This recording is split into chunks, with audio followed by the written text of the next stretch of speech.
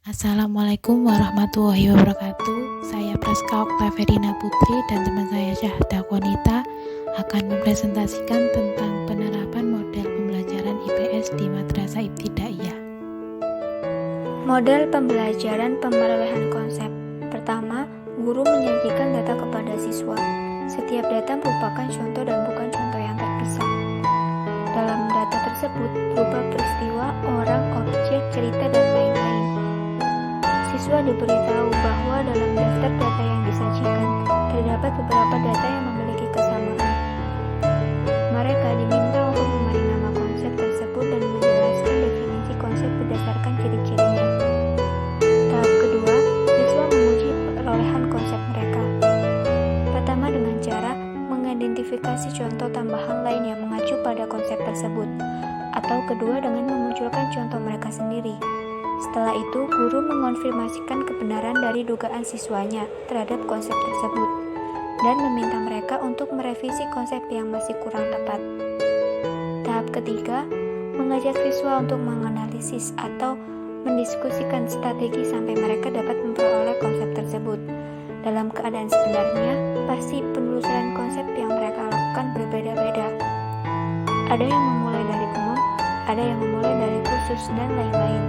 Akan tetapi, perbedaan strategi di antara siswa ini menjadi pembelajaran bagi yang lain untuk memilih strategi mana yang paling tepat dalam memahami suatu konsep tersebut. Metode pembelajaran telah jurisprudensi. Guru berperan seperti Sokrates memandu setiap kelompok yang berdebat. Kegiatan ini akan dilakukan oleh guru berulang-ulang, sampai setiap kelompok mendapatkan kesempatan untuk berdebat.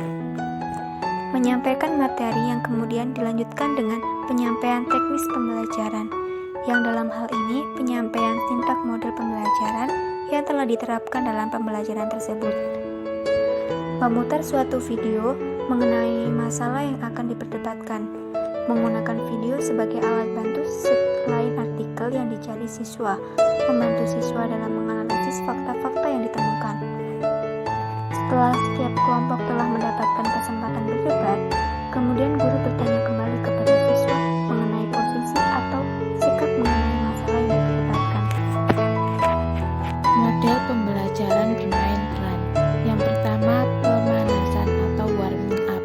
Dalam tahap ini, guru berupaya memperkenalkan siswa pada permasalahan yang mereka sadari sebagai suatu hal yang bagi semua orang perlu mempelajari dan menguasainya. Yang kedua, memilih partisipan. Siswa dan guru membahas karakter dari setiap pemain dan menentukan siapa yang akan memainkannya.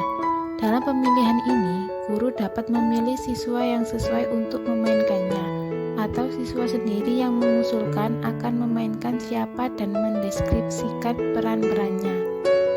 Yang ketiga, menyiapkan pengamat atau observer.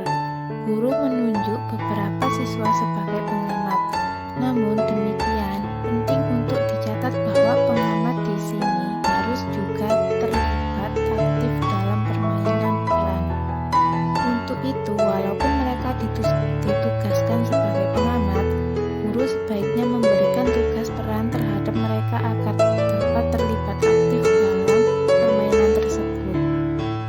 Yang keempat atau yang terakhir, memainkan peran atau manggung. Permainan peran dilaksanakan secara spontan. Pada awalnya akan banyak siswa yang masih bingung memainkan perannya atau bahkan tidak sesuai dengan peran yang seharusnya ia lakukan.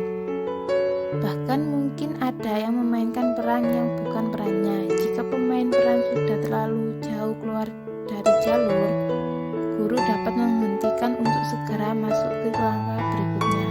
Selanjutnya adalah metode pembelajaran simulasi sosial. Yang pertama, mempersiapkan siswa yang menjadi peran simulasi. Selanjutnya, menyusun skenario dengan memperkenalkan siswa terhadap aturan, peran, prosedur, memberi skor atau nilai, tujuan, pemain, dan lain-lain. Selanjutnya, guru menunjuk siswa untuk memegang peran-peran tertentu dan menguji cobakan simulasi untuk memastikan bahwa seluruh siswa memahami aturan main simulasi tersebut. Selanjutnya, melaksanakan simulasi, siswa partisipasi dalam permainan, simulasi, dan guru melakukan perannya sebagai mestinya.